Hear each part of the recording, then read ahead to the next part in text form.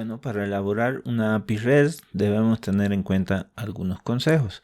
Nosotros vamos a estar aplicando algunos consejos de los que nos recomienda esta arquitectura, aunque no los vamos a poder utilizar todos, ya que no estamos contando con una base de datos. Es un dispositivo que nos va a servir estos archivos, pero de una forma un poco limitada, ¿no? Por el mismo contexto en que estamos, es un sistema embebido que no es tan versátil, digamos, como un servidor que tiene más memoria, más disco duro, más todo, ¿no? Entonces hay que tener eso en cuenta.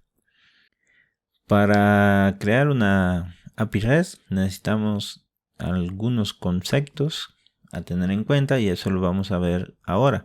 Por ejemplo, el manejo de versiones de la API, los HTTP verbs o los verbos HTTP, los nombres de los recursos, el código de estado, el formato de salida que vamos a enviar esos datos y vamos a desarrollarlos ahora. Lo primero que vamos a ver es este tema de las versiones.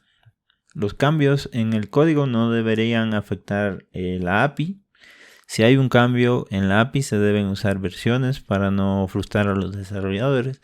Por ejemplo, en esta API de Facebook, a cada rato cambian. Ya la última vez que estaba yo haciendo cosas con ella estaba en la versión 10.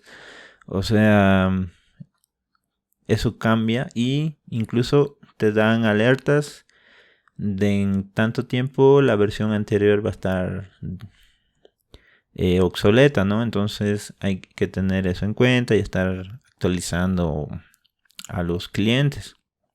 En nuestro caso no le vamos a manejar conversiones, vamos a poner solamente API. Y la mejor opción es añadir un prefijo a las URL, por ejemplo aquí, versión 1 y versión 2. Ahí están dos hosts ficticios con los métodos get. El primero hace la petición a la versión 1 de la API y luego a la versión 2 de la API. Los verbos HTTP, por ejemplo, si realizamos un group, debemos utilizar los verbos HTTP de forma adecuada para cuidar la semántica de nuestra API. Por ejemplo, tener los datos, get, the device, el ID, ¿no? Actualizar los datos, igual, un put. Crear un nuevo recurso, un post. Borrar un recurso, un delete. Y a todos, bueno, menos a este, le estamos pasando un ID. A este no, porque lo vamos a crear dentro del dispositivo. Ahí se va a crear un nuevo dispositivo con un ID nuevo. Y incluso podríamos utilizar también un put para crear, porque cuando utilizamos el put y mandamos a actualizar un dato, si no está, él lo crea. Es la diferencia que tiene el put con el post. El post no es capaz de crearlo. El put sí. El nombre de los recursos es importante.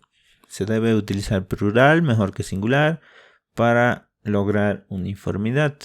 Por ejemplo, obtenemos un listado de dispositivos. Solicitamos versión 1 devices.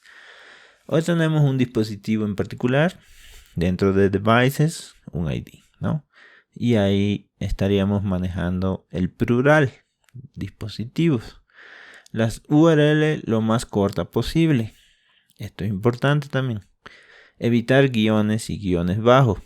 0 guiones y guiones bajos. Por eso se utilizan esta barra, este slash, simbolizando como si fueran directorios, ¿no?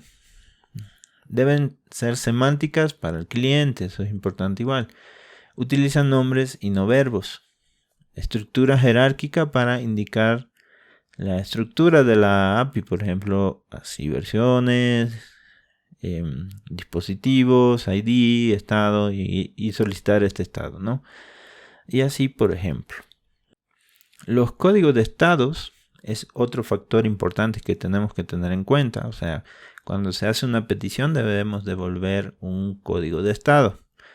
Por ejemplo, se utilizan los códigos de estado HTTP, que es lo que vamos a estar manejando, y es lo que se basa la API REST. en los servicios HTTP. Si realizamos un request o una petición tipo POST, debemos devolver un 201, un create, y también debemos devolver un location, o sea, dónde se creó este nuevo recurso. Se pueden producir múltiples errores en la llamada del API, falta de permiso, errores de validación e incluso errores de servidor. Esto son los códigos 400, que son problemas del cliente. Acá empiezan ya los 500 y acá igual es 400, por ejemplo 401 no autorizado. Siempre se debe devolver un código de estado HTTP, con los requests. Añadir un mensaje de error si es necesario. También vamos a estar nosotros viendo esta partecita. De hecho, vamos a devolver código de estado en todo. Y en algunos casos vamos a devolver mensajes de error. Aquí en este URL que ustedes tienen acá abajo, pueden consultar este HTTP Status Code. Es una web bastante interesante que nos da más información de todos estos códigos de estado. Y el formato de salida también es importante manejarlo de una forma adecuada en la API. En función de la petición, nuestra API podrá devolver uno u otro formato. Nos fijaremos en el accept header. En principio utilizaremos JSON. Es mucho más sencillo y simple de utilizar. XML no es nuestro amigo. Todo este tema de los esquemas, los namespace, o sea, los que han trabajado con XML saben que esto es un verdadero dolor de cabeza. Entonces, si no es un requerimiento, evitaremos XML. Nosotros, de hecho, obviado por completo XML y vamos a utilizar notación JSON para las peticiones que vamos a estar realizando al API. Toda esta documentación que está acá, esta es la referencia que he tenido de esta página web. Y bueno, en el próximo video vamos a adentrarnos ya en la arquitectura de nuestra API REST.